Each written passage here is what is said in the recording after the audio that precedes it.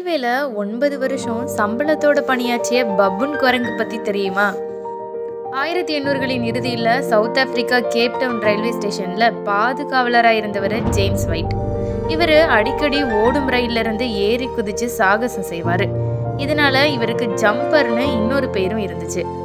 இப்படி ஒரு நாள் ஓடும் ரயில்ல இருந்து குதிச்சதுல ஆக்சிடென்ட் ஆகி தன்னோட 2 கால்களையும் இழந்தாரு.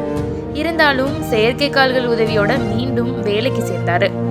தன்னோட வீடும் அவர் வேலை பார்க்குற ஸ்டேஷனும் பக்கத்துல இருந்ததால தன்னோட வீல் சேர் போன்ற ட்ராலியிலேயே வேலைக்கு போவார்.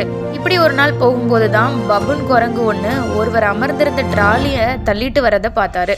உடனே அதோட ஓனர் கிட்ட பேசி அந்த பப்புன் குரங்கை காசு கொடுத்து வாங்கிட்டாரு. தான் விலைக்கு வாங்கிய பப்புனுக்கு ஜாக்குன்னு பேர் வச்சு தனக்கு உதவியா தினமும் தன்னோட வேலைக்கும் அழைச்சிட்டு போவார். கொஞ்ச நாட்களிலேயே ஜேம்ஸ் செய்கிற வேலையை ஜாக் உள்வாங்க ஆரம்பிச்சது. ரயில்களுக்கு சிக்னல் கொடுக்கறது, ட்ராக்கை சேஞ்ச் பண்ணுறதுன்னு எல்லாத்தையும் உன்னிப்பாக கவனிச்சுது.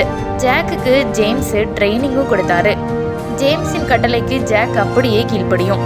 ஒரு குரங்கு இப்படி வேலை செய்கிறத பார்த்த ஒரு பெண் ரயில்வே ஆஃபீஸர் கிட்ட கம்ப்ளைண்ட்டும் கொடுத்தாங்க. உடனே ஜேம்ஸையும் ஜாக்கையும் வேலையை விட்டு தூக்குனாங்க அந்த ஆஃபீஸர்ஸ். ஆனால் ஜேம்ஸ், ஜாக் எனக்கு உதவியாக தான் இருக்குது, இப்போ வரைக்கும் எந்த அசம்பாவிதமும் ஜாக்கால நடந்தது இல்லை, நீங்கள் வேணா ஜாக்கை டெஸ்ட் பண்ணி பாருங்கன்னு சொன்னார்.